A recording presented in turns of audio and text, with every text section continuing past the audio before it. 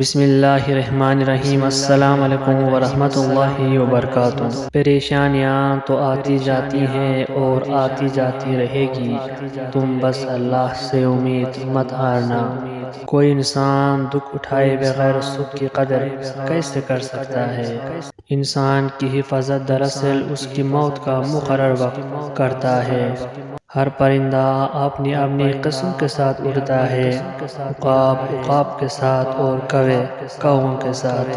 ہو سکتا ہے دنیا میں منافق بازی لے جائے، مگر آخرت سچے لوگوں کی کامیابی کا دن ہے۔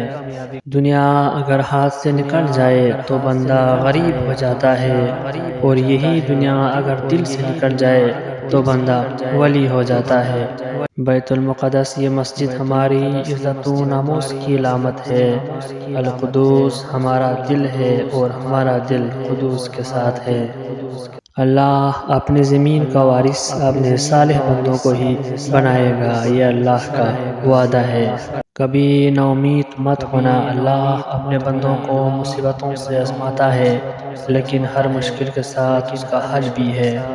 اگر لوگ تمہارے پیٹھ پیچھے باتیں کرتے ہیں تو اس کا مطلب ہے آپ آگے بڑھ رہے ہیں۔ سکون اس سے دور بھاگتا ہے جو دنیا میں اس کی تلاش کرتا ہے۔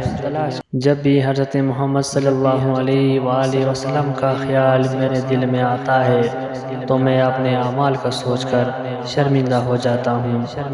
پیارے دوستو، اپنا بہت سارا خیال رکھیں۔ مجھے دیجیے اجازت، ملتے ہیں نیکسٹ ویڈیو میں، تب تک کے لیے اللہ نگہبان۔